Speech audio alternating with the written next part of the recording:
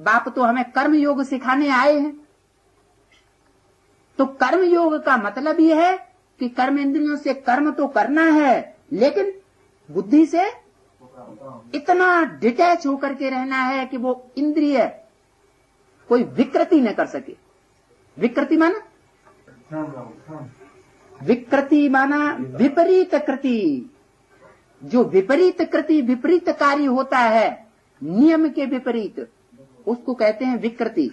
नियम के विपरीत काम कौन सा होता है? किसी को दुख देना, वो है नियम के विपरीत काम। यह है पाप कर्म, जिसे कहते हैं विकृति, विकर्म। और सुकृति किसे कहते हैं? जो सुख देने का कर्म किया जाए, सुंदर कर्म किया जाए, वो हो गई सुकृति। तो पाप कर्म और पुण्य कर्म, सुख और दुख, ये राज भरा हुआ है कर्मों के गुह्य गति में। तो 5 पांडव बचे, एक कुत्ता बचा और हिमालय पर जाकर के गल मरे। माने ऊंची स्टेज, पुरुषार्थ की इतनी ऊंची स्टेज में जाकर के उन्होंने अपने देह अभिमान को गलाया कि न काम का असर रहा, न क्रोध का, न लोभ का, न मोह का असर रहा। फिर रिजल्ट क्या हुई? उन्होंने तो प्रलय दिखाई दी। क्या कि सब जलमयी हो गई। तो वास्तव में कोई ऐसी जलमयी संसार में नहीं हो जाती। ये तो ज्ञान का जल है जो सारे संसार में फैलेगा। कोई तो इस जल में तैरते रहेंगे, जैसे ज्ञान की बाढ़, जैसे जल में बाढ़ आती है, तो जो नौसिखिया होते हैं या तैरना नहीं जानते हैं, उनकी क्या हाल होगा? वो तो डूब जाएंगे। और जो तैरना जानते हैं, तो ये दुनिया भी है विषय सागर। इस विषय सागर में क्या, इसे विषय वासना के सागर में जो पड़े हुए हों और तैरना भी जानते हों। तैरना काहे से है? बुद्धि योग से तैरने की बात है, कोई जंगल में जाने की बात नहीं है।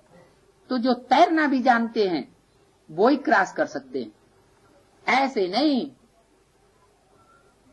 कि विषय वैतरणी नदी में घुसना भी न पड़े और पार भी हो जाए।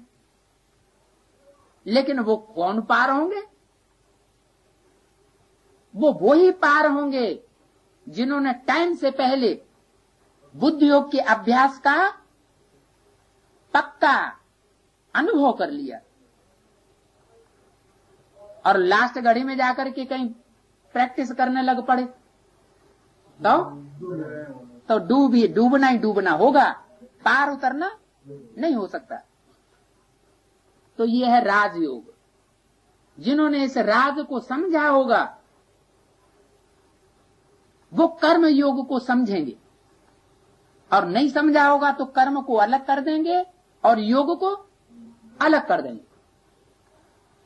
सेवा करेंगे तो याद भूल जाएगी, और याद करेंगे हाथ पांव बैंड करके बैठ गए शिव बाबा की याद में। 1 साल के लिए तपस्या वर्ष, कोई सेवा नहीं करनी, तो वो हुए सन्यासी। परमात्मा सन्यासियों को नहीं मिलता, घर गृहस्थ में रहने वाले गृहस्थियों को मिलता है, जो कीचड़ में रह करके जीवन बिताते हैं। तो उन्होंने प्रलय दिखाई दी है कि चारों तरफ दुनिया में जलमयी हो गई। यहां जलमयी का अर्थ क्या है? ज्ञान जल की बाढ़ आएगी। इतना ज्ञान बढ़ेगा, उस बाढ़ में जो तैरने वाले होंगे वो ही फिर अपने को सुरक्षित रख सकेंगे, और नहीं तो डूब जाएंगे।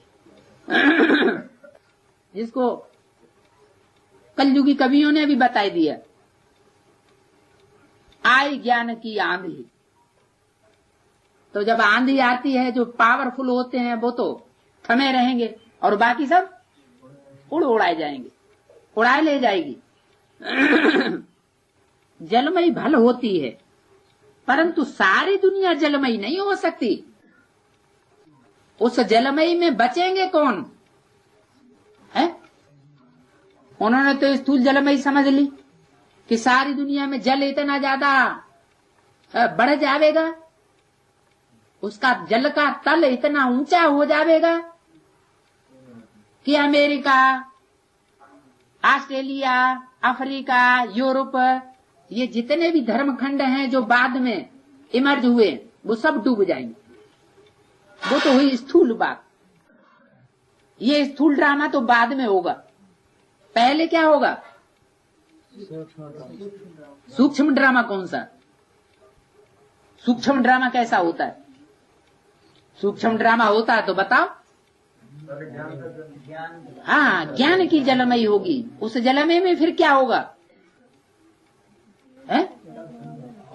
हाँ, जितने भी दूसरे दूसरे धर्मखंड हैं, यानी धर्मखंडों में रहने वाले मनुष्य हैं ब्राह्मणों की दुनिया में, जिनके अंदर अधूरा ज्ञान है, पूरा ज्ञान नहीं है, जो इब्राहिम, बुद्ध, क्राइस्ट, गुरु नानक आदि से भी प्रभावित होने वाले हैं, दूसरों की भी धारणाओं को, धर्म गुरुओं की धारणाओं को पकड़ने वाले हैं, उन्हें फिर परमात्मा बाप लिफ्ट नहीं देगा। क्यों नहीं लिफ्ट देगा? क्योंकि तुम बेविचारी हो। जब बता दिया, कान खोल खोल के रोज बताते हैं बच्चे, एक से ज्ञान सुनोगे तो अब बेविचारी, और अनेकों से सुनोगे तो क्या होगा? बेविचारी ज्ञान हो जाएगा। और फिर भी अगर नहीं माना तो क्या होगा? तो इसका मतलब कि अभी भी टीचर अनेक प्रकार के बनाने की दरकार है, क्योंकि टीचर जो टीच करता है उसकी याद जरूर आती है। तो एक बाप दूसरा न कोई। तो जलमयी भल होती है, परंतु सारी दुनिया जलमयी नहीं हो जाती। कौन बचते हैं?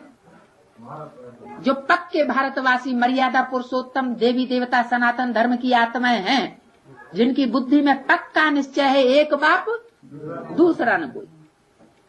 एक बाप ही हमारा टीचर, एक बाप ही हमारा सतगुरु, एक बाप ही हमारा सर्व संबंधी, दूसरा कोई संबंधी नहीं।